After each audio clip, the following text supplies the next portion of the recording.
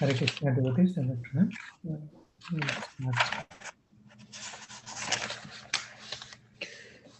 Narayanam namaskritya naranchaiva narottamam deving shashiting vesham tata jayam udirayat.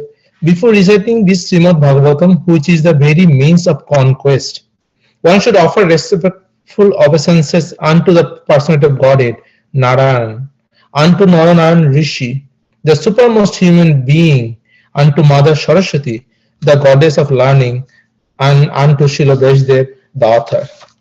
Nashtraprayeshu abhadreshu Nityaṁ bhāgavata-sevayā bhagavati uttama sloke bhaktir bhavati nashtiki.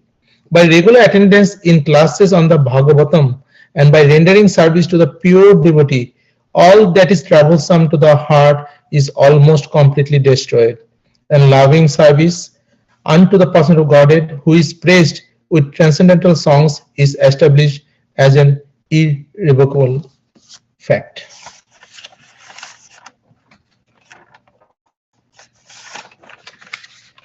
So, Puji, understand. Hare Kṛṣṇa Prabhuji, thank you. We will start, Prabhuji, with 28, text number 28.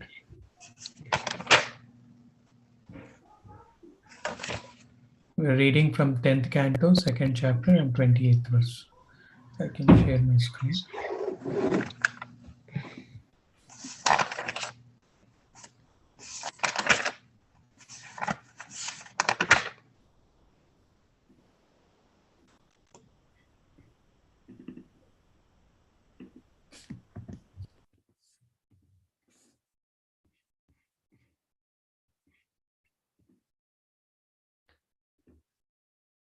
Bipul Prabhuji, you want to start? Or? Shri Prabhuji. Hare Kṛṣṇa devotees, Dhanvar Pranam, all goes to Srila Prabhupada, Canto 10, Chapter 2, Text 28. Tam eko abhasya shata prashutis tam sunnidhanam tam anugrahascha tam maya samabrito chetasastam pasyanti nanana vishapashyato iye. Translation purport by His Divine Grace A.C. Bhaktivedanta Swami Prabhupada Srila Prabhupada Ki Jai. Translation. The efficient cause of this material world, manifested with its many varieties as the original tree, is you, O Lord. You are also the maintainer of this material world, and after annihilation, you are the one in whom everything is all conserved. Those who are covered by your actual energy cannot see you behind this manifestation, but theirs is not the vision of learned devotee. Various demigods, beginning from Lord Brahma, Lord Shiva, and even Vishnu, are supposed to be the creator, maintainer, and annihilator of this material world, but actually they are not. The fact is that everything is a supreme person of Godhead, manifested in varieties of energy. Ekam eva dvaitam Nityaṁ Brahma. There is no second existence. Those who are truly vipaschit, learned, are those who have reached the platform of understanding and observing the Supreme Person of Godhead in any condition of life. Premanjana charito bhakti vilachana shanta sadaiva hrideshu bilo anti. Brahma Samhita 5.38. Learned devotees accept even conditions of distress as representing the presence of the Supreme Lord. When a devotee is in distress, he sees that the Lord has appeared as distress just to relieve or purify the devotee from the contamination of the material world. While one is within this material world, one is in various conditions, and therefore a devotee sees a condition of distress as but another feature of the Lord. Tatte nukam pam shushama shamana. Bhagavatam 10.48. A devotee therefore regards distress as a great favor of the Lord because he understands that he is being cleansed of contamination. Tesham aham samudharto mrityu samsaro sagarat. Bhagavad Gita 12.7. The appearance of the distress is a negative process intended to give the devotee relief from this material world, which is called Mrityu Samsara, or the constant repetition of birth and death. To save a surrendered soul from the repeated birth and death, the Lord purifies him of contamination by offering him a little distress. This cannot be understood by a non-devotee, but a devotee can see this because he is vipaschit or learned. A non-devotee, therefore, is perturbed in distress, but a devotee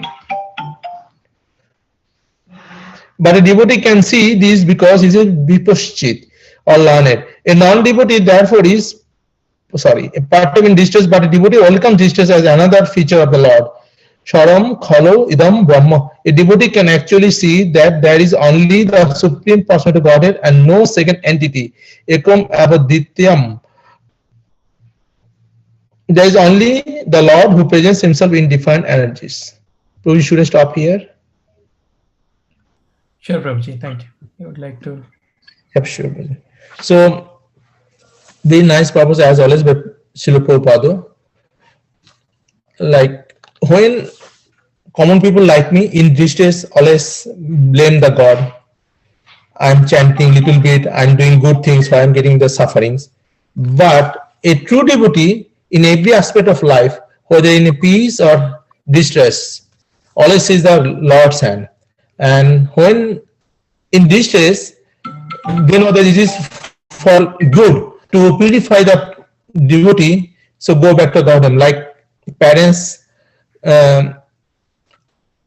corrects the child, sometimes gives punishment, but ultimately kid doesn't understand, but it will be for his goodness in future to correct him. So whatever situation a devotee in this material life, they take it as Krishna's blessings, because Krishna is ultimately taking them to the back to Godhead. So a little bit sufferings or distress, they take as a Krishna's mercy. And as you know that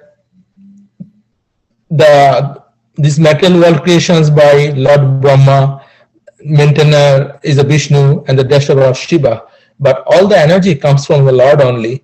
So that's why they can do this creation, maintenance, and animation, but all the source of energy actually from the Supreme Lord. He's the only one. He's a Advaitam. Back to Prabhuji. Hare Krishna. Thank you so much, Prabhuji. Yeah, you nicely explained. Anybody would like to add anything here?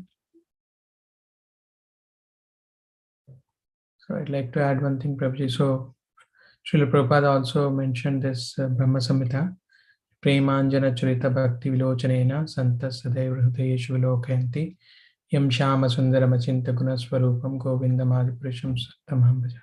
So as you said, Prabhuji, the devotees of the Lord, they are pure in their hearts, and with the eyes, like, right?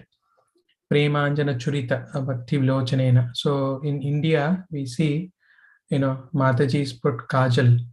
So the devotees put the bhakti kajal into their eyes. So whenever they see the Lord, they see with their devotion. So in fact, even that one also has, like, it will improve the eyesight. But here, Lord Brahma is telling that it will improve the bhakti. So the devotees put that one. And also they are always, in the service of Lord Krishna. Even if he gives like some, difficulties, they see that is the mercy of the Lord. It, maybe it would have been bigger, but it became smaller. And Mother Kunti, if we see, she was always praying for difficulties, because whenever there is difficulty, Krishna is always with them. Of course, we cannot imitate, but this is one wonderful thing I thought Prabhuji should add. Anybody would like to add, please? Maybe we can read continuation. Anybody would like to read from persons? Okay, I will read. Persons who are not in real knowledge think that Brahma is the creator, Vishnu the maintainer, and Shiva the annihilator, and that the different demigods are intended to fulfill diverse purposes.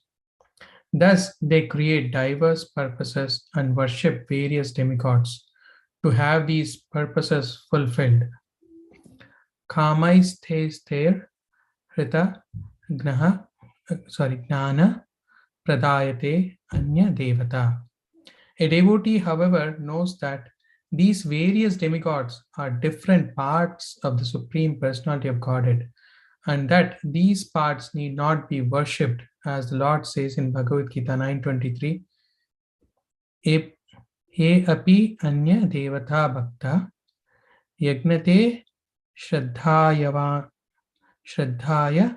naivate te api mam eva kaunteya yagnate avidhi purvakam.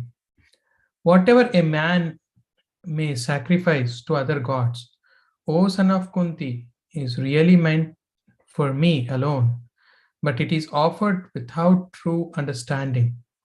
There is no need to worship the demigods, for this is avidhi, not in order. Simply by surrendering oneself at the lotus feet of Lord Krishna, one can completely discharge one's duties. There is no need to worship various deities or demigods. There are various divinities are observed by the Mudas, fools who are bewildered by the three modes of material nature. Taber gunamayer bhaver eva sarvam idam jagat. Such fools cannot understand that the real source of everything is the Supreme Personality of Godhead.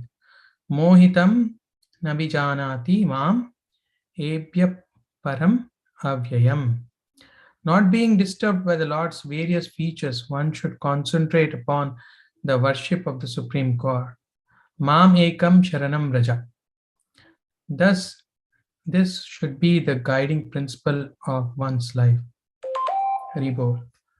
So here we can see that Srila Prabhupada has very nicely explained how it is practically not possible for us to worship 3 crores, or somebody says 33 crores of demigods. So it is like if we pour water to the roots, all the leaves, all the stems, on the trunk, and everything, hundreds and millions of leaves, everything will get nourished. And similarly, if we worship Lord Krishna, because we can see that all the demigods and everything, Lord Brahma, Lord Shiva, and everyone are part and parcels of Lord Krishna. So, and one more example Prabhupada gives that, we have all our body parts, but we cannot feed each and every part. We cannot feed our hands, we cannot feed our legs directly. If we feed our stomach, and that energy will pass through every cell in our body. So in the same way, if we worship Lord Krishna, everyone, will get nourished.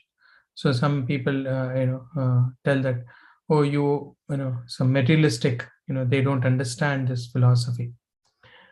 So Prabhupada is telling that those are mudas, fools who are bewildered in the 3 modes of material nature. So such fools cannot understand the real source of everything is the Supreme Personality of Godhead. So that's my understanding. Prabhuji's, Mataji's, anybody would like to add, please?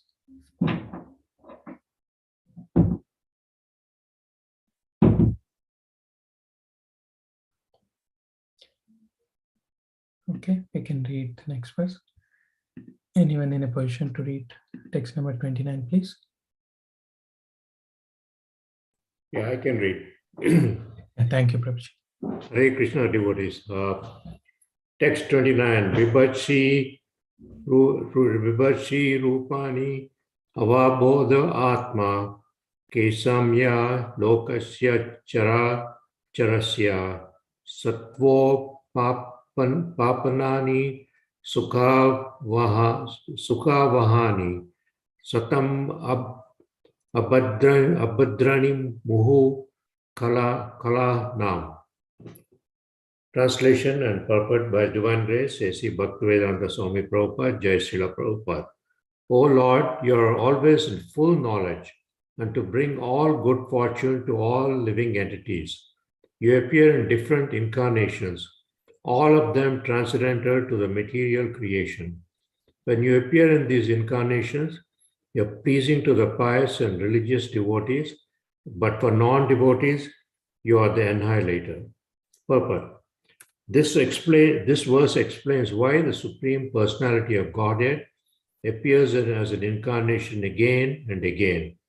The incarnations of the Supreme Personality of Godhead all function differently, but the main purpose is paritranaya sadhunam vinasaya cha duksratam, to protect the devotees and annihilate the miscreants. Yet, even though the duskritis or miscreants are annihilated, this is ultimately good for them. So, Hare Krishna. So this is a nice purport and verse. Is saying how the Lord, the demigods, I think, are praying to the Lord here, and they're telling him that he's all full of knowledge, and he always brings good fortune to all the living entities. So whenever there are a lot of demoniac things going on earth, then he appears in different incarnations to protect the devotees. That's one aspect of it. The other part is to destroy the demoniacs, and we have several instances of that. Most recently, we were reading about Kamsa. So, and although he destroys this verse also says that although it destroys the demons, he is actually in a way saving them, and that way they can go back to try to change their life and get back to a higher state of life. So, yeah, that's basically what I understand from this. Back to you, Prabhuji. Thank you, Prabhuji. People, Prabhuji, would like to add anything? Good, Prabhuji. Very nice discussion. Thank you. Thank you. Anyone else would like to add anything, please? Yeah. So I think that this verse paritranaya sadhunam vinashaya chatusrutam dharma samsthapanarthaya sambhavami yuge. So Krishna, he doesn't actually need to come personally to annihilate the demons, right?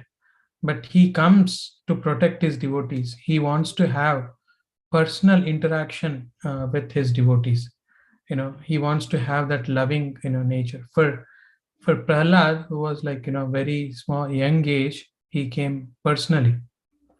And for Dhruva Maharaj, and we can see that when many devotees, he comes personally. He wants, even we have seen many great devotees used to talk with the Lord personally, like Hathiram Baba, in Tirupati. Lord used to come and play with him, with dice with him every night. So like that. But yet these dushkritas, the miscreants, are there, and that is the reason he comes, not just to annihilate them, to have personal interaction. Of course, for the Lord, just a small calamity can destroy all the miscreants. And of course, just his Sudarshan Chakra can come and protect his devotees, like Amresh Maharaj, right? But he wants to have personal interaction with the devotees. That's why he comes, personally, a millennium after millennium. And Prabhupada says that, in this Kali Yuga, the miscreants are within us, like, Kama, Krodha, Lobha, Mada, Moha. So many.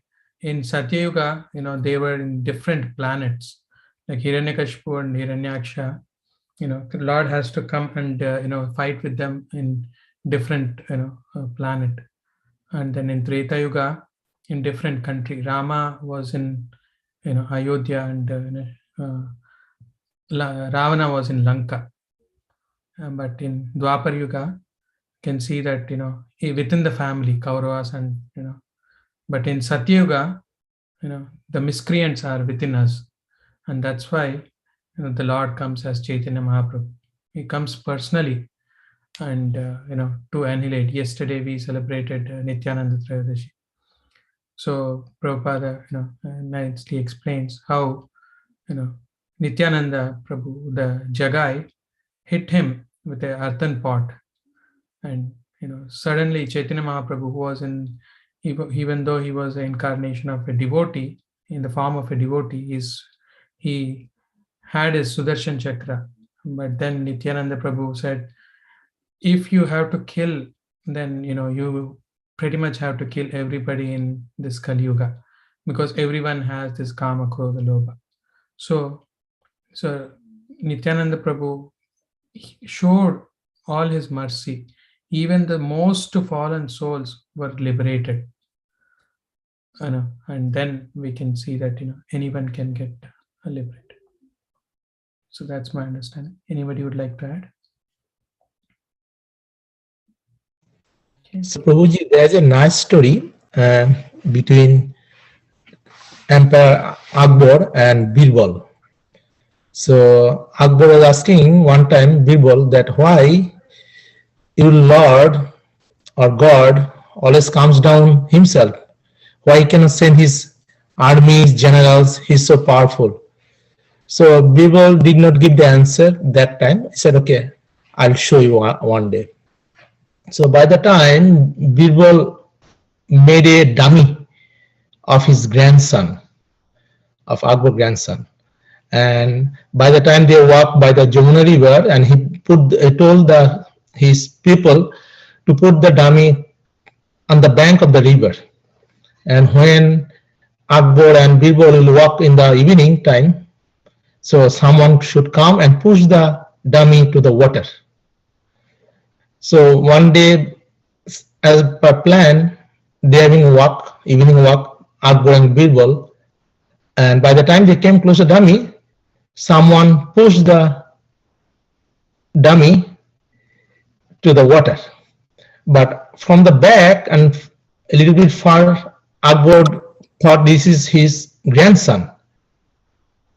And right away, with his all graces and everything, crown, he jumped to the water also to save his grandson. And then he realized actually it's a dummy. Then he came out with the dummy and said, what happened? Who did this? Then people told that I did it to you. But answer me the question first. That you have so many soldiers, so many people around you, they're protecting you, and they're supposed to save your grandson. Then why did you jump? Then he said, what are you talking about? This is my grandson. He's my life. I love him so much. Then people said, that is a relationship between the God, Krishna, and his devotees. So they are the part and parcel of the Lord. So that's why God comes rather than sending his armies or generals. So that is the loving relationship. So that I want to just. Thank you so much, Prabhuji. Yeah, wonderful. We can see that Krishna is so merciful. If we put one step forward, he puts 100 steps forward or 1,000 steps. He is more eager, to get his, sons and back. Like a father, like if a son is, missed in the Mela, the son might cry and some might give chocolate or whatever, and he's okay for some time. But the parents have more, pain. They are always, in pain. Thank you so much, Prabhu. Wonderful. Anyone would like to add, please? Okay, we can read the next verse. Anyone in a position to read next verse? Text number 30. Can you read, Prabhuji? Yeah, thank you. Hare Kṛṣṇa. Hare Kṛṣṇa, all devotees. Text 30. Dvai ambujakshakshi kala sattva dhamini samadhina veshita chitta sakhe dvedpada putina mahatkritina kurvanti guvatsa padam bhavadhimu. Translation goes by Srila Prabhupada, Srila Prabhupada ki Jai. O lotus-eyed Lord, by concentrating one's meditation on your lotus feet, which are the reservoir of all existence, and by accepting those lotus feet are the boat by which to cross the ocean of nations, one follows in the footsteps of Mahajans, great saints, sages, and devotees. By this simple process, one can cross the ocean of nations as easily as one steps over the hoof print of a calf.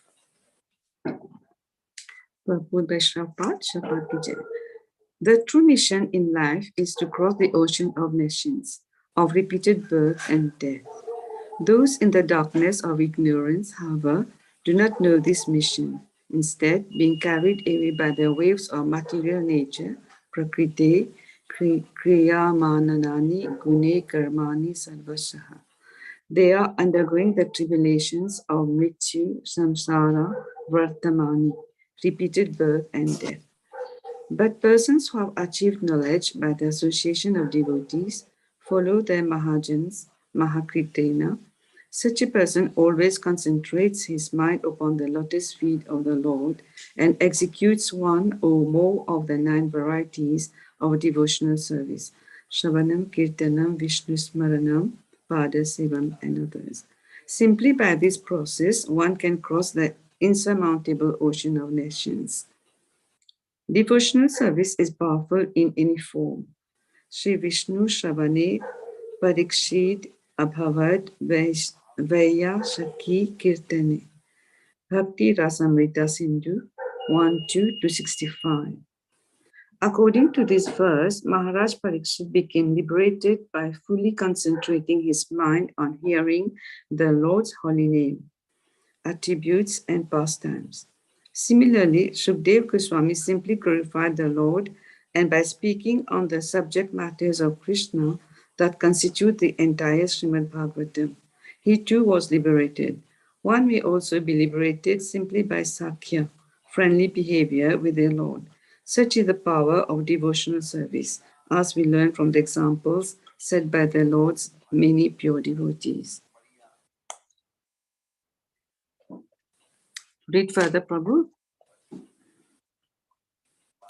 Yeah, sure. Swayambhura, okay. Swayambhura Narada Sampuha Kumara Kapilu Manu Prahalado Janako Bhishmu Bali Ravaishya Shakiravayam. This is from Bhagavad Gita, chapter 6.3 and text 20. We have to follow in the footsteps of such devotees, for by this one easy process, one can cross the great ocean of nations, just as one might cross a small hole created by the hoof of a calf. Here the Lord is described as Ambujaksha, or lotus eye.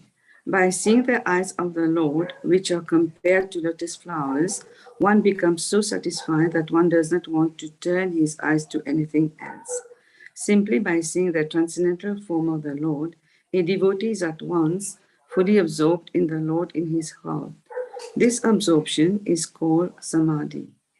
Dhyana vastita tat gatena manasa pashyantiyam yogina. Bhagavad Gita, chapter 12, 13. Bhagavatam, Yeah, 12th canto, yes. 13th chapter. 12th canto, chapter 13, text 1. A yogi is fully absorbed in thoughts of the Supreme Personality of Godhead, for he has no other business than to think of the Lord always within the heart.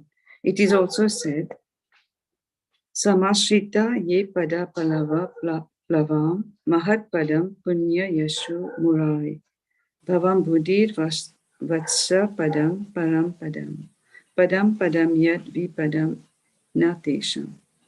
For one who has accepted the boat of the lotus feet of the Lord, who is the shelter of the cosmic manifestation, is famous as Murari, the enemy of the demon Mura, the ocean of the material world is like the water contained in a calf's footprint. His goal is Parampadam, or Vaikuntha, the place where there are no material miseries, not the place where there is danger at every step. Bhagavatam, Canto 10, 14, and text 58. This process is recommended here by authorities like Lord Brahma and Lord Shiva, Swayambhur Narada Sambhur. And therefore we must take to this process in order to transcend nations. This is very easy, but we must follow in the footsteps of great personalities, and then success will be possible. In regard to the word Mahākṛṣṇa, it is also significant that the process shown by great devotees is not only for them, but also for others. If things are made easy, this affords facility for the person who has made them easy and also for others who follow the same principles. The process recommended in this verse for crossing the ocean of nations is easy not only for the devotee, but also for common persons who follow the devotee. Mahajano yena gatasa pantaha. Very long purport, Prabhuji. Thank you, Mataji. Hare Would you like Kṛṣṇa, to? Yes, Prabhuji. Yeah. So in all the different paragraphs, it is explained that only by following the footsteps of senior devotees, we can cross the ocean of nations. That is, we mustn't have to take birth again and again, birth and death, birth and death. So by only following the footsteps of Mahajans, like Shiva, Brahma, so we will be able to cross this ocean of nations. So all the chapters mostly talk about this, how we can not taking the birth and death again repeatedly, but following the path of the Mahajan, we can attain Krishna. Thank you. Back to you, Krishna, Prabhuji. Thank you so much, Mataji. Notice would like to add anything, please? It's a wonderful verse. Vipul Prabhuji, like to add anything? Mataji gives very nice introspection. Mataji, you are not giving some.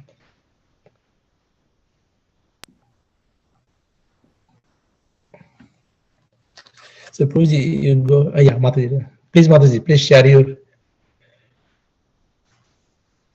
comments. Mataji, I think you are on mute. Yes, Prabhuji, I already shared. It's only if we follow the footsteps of Mahajans, we are able to cross the oceans of nations. That is not getting the repeated birth and death.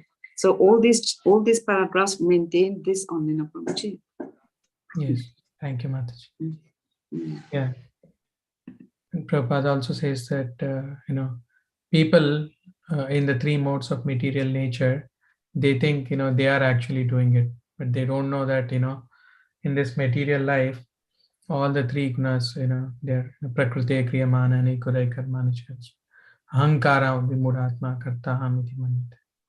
So such persons, they just think that, they are, I am earning, I am there. But without the help of the Lord, without, Lord's mercy, they don't know that they cannot do anything.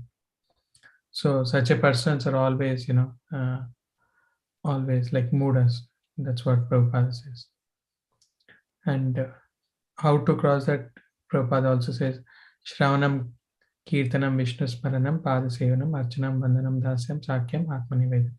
So if we follow this 9 processes of bhakti, one can easily, as Mataji said, we can easily cross the cycle of birth and death. And it will, as Mataji said, it will, this Mahasagar ocean, the Karna ocean, we can, Viraja river, we can cross that big, unlimited Viraja river that will become as small as a calf's hoof print. So such, and Prabhupada also explains about these 12 Mahajans, Swayambhu, Narada, Shambhu, Kapilo, Kumaro, Kapilo, Manu. So these devotees, if we follow the footsteps of these great devotees, then we can easily cross. So Prabhupada says that just hold on to my dhoti. That means just follow these 4 regulative principles and chant Hare Kṛṣṇa Mahamantra. I'll take you back. Thank you, Mataji. Thank you, Prabhuji. Anyone would like to add anything, please? So, Prabhuji, as you said, that Prakriti Priyamanini. So, by three gunas, the mental nature is controlling us. I didn't understand at the beginning, so I was listening on lecture from Pran Govindo Prabhuji. So he explained that like we're not putting like winter clothes all the time, but when winter comes, we put in. We're forced to put the winter clothes. So that's the Prakriti by his three gunas controlling. When it's summertime, we're taking our clothes off. We're diving in the swimming pool or water. So we think, oh, I am doing this. I'm taking the clothes off. But actually, the mental nature is forcing us to do that. So this is a nice, simple example to understand that whatever we're doing, things we are doing, actually we're not the doer. Prakriti put us in the same way, then we are forced to do it. But who take the shelter of the Lord, they becomes in the Sattva Guna, pure goodness. They are under control of the Lord. Then Durga or Prakriti will not affect us. The three gunas we can transcend by serving the Lord. Then we can control the nature, actually, the pure devotees. So back to Prabhuji. Hare Kṛṣṇa. Thank you, Prabhuji. Yeah, very nice example, Prabhuji. Yeah. So as you said, yeah, it's very difficult.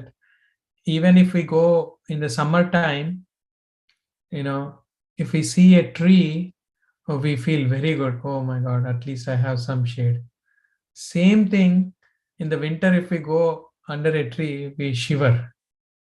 It's the same tree. So this is all material nature. How can we comprehend?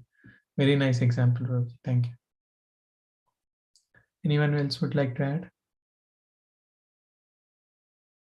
Okay, we can read.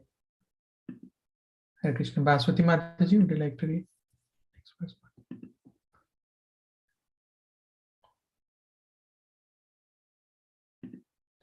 Hare Kṛṣṇa, Bhāswati Mataji, would you like to read? Oh, sorry, Prabhuji, I was mute. Dhanyavad pranam everyone.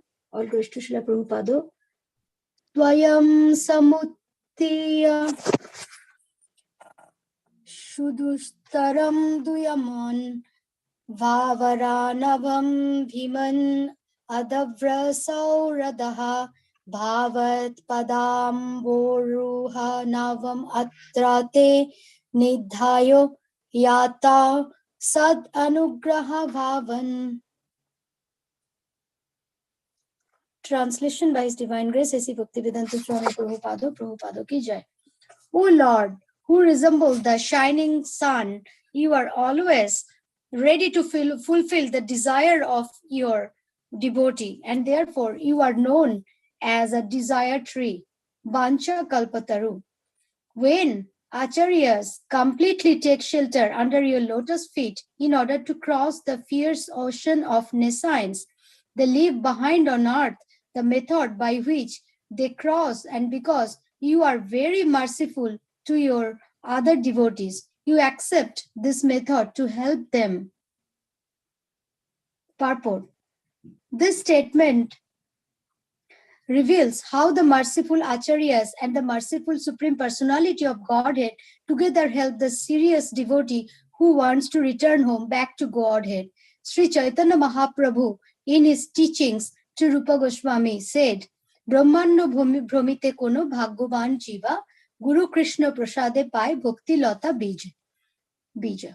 One can achieve the seed of bhakti lata, devotional service, by the mercy of Guru and Krishna.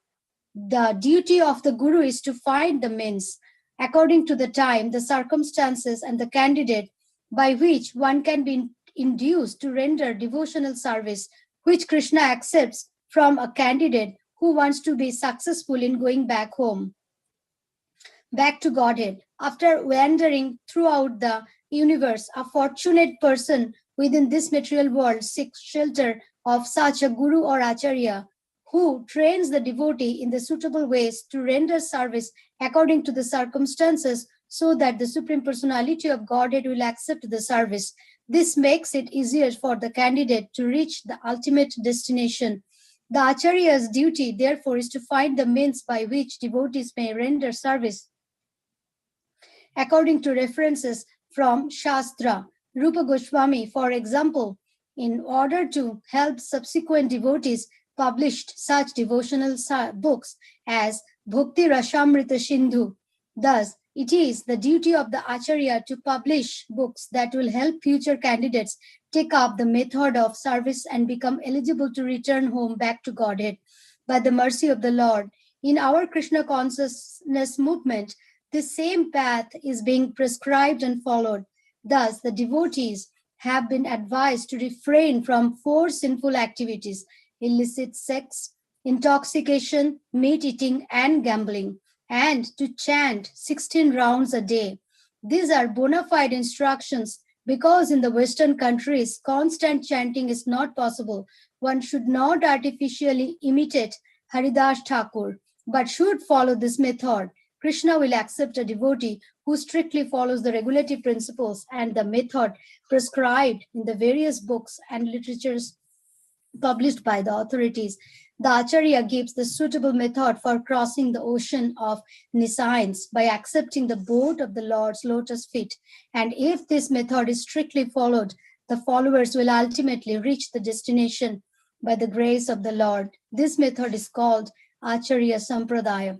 It is therefore said, Sampradaya Bihina Je Mantraste Nishphala Mata, Padma Purana. The Acharya Sampradaya is strictly bona fide. Therefore, one must accept the Acharya Sampradaya. Otherwise, one's endeavor will be futile. Sri Narottam Das Thakur therefore sings, Tadero Charano Shebi Bhakto Shone Bash, Janome Janome Hoy, Ei Obhilash. One must worship the lotus feet of the Acharya and live within the society of devotees. Then one's endeavor to cross over the nescience will surely be successful. So here it's very important verse here. Krishna, who is the desire tree or Bancha Kalpataru, and devotee will get Krishna not directly, with the help of a guru. So guru is the representative of Lord Krishna who will take the devotee in the right path. And in ISKCON is belongs to the Brahmo Madhava Gauriya Sampradaya. So this Sampradaya is represents in Bhagavad Gita, and when we read Bhagavad Gita in the first page, or I think few pages after the first page, it's all the Brahma Madhava Sampradaya, all those gurus are described, and also it's written here that Acharya Sampradaya is very important, like Śrī Caitanya Mahāprabhu. His disciple was 6 Goswamis, Jiva Goswami, Srila Sanatan Goswami, Rupa Goswami, Gopal Bhatta Goswami, and Srijip Gopal Bhatta Das, Raghunath Das Goswami. So 6 Goswamis was his direct disciples. And Srila Prabhupada also mentioned that books are very important, and those scriptures are actually, Acharyas gives us lot of books, like one of them are books, Bhakti Rasamrita Sindhu, which is in English, it's called Nectar of Devotion. So Srila Rupa Goswami, Srila Sanatan Goswami, they wrote lot of books, scriptures. And so Guru, Sadhu, and Shastra. These 3 things are very important for a devotee. And also Sadhana, Bhakti, and Sangha. Sangha means association of devotees. And also reading scriptures. And also Shadachar, means right behavior of a devotee, like their humbleness, their behavior. So those are all important for progress in bhakti. And also Prabhupada gave us very simple rules, 4 regulative principles as stated in the purport, as well as minimum 16 rounds of chanting. Those are very important. And then Krishna will see the sincerity of the devotee. and then Krishna will direct for sure. And that's what Prabhupada also is telling. And on top of everything, we need a guru who can give us right path. And not only the Diksha Guru, all the Shiksha Gurus are also very important in our life, all the devotees' life, who are giving us a lot of knowledges. So all are important for progress in the path of bhakti. Back to you, Prabhuji. Hare Krishna. Please correct if I say anything. Thank you so much, Mataji. You very nicely explained the parampara, the guru, and everything. Prabhuji or Mataji, like to add anything?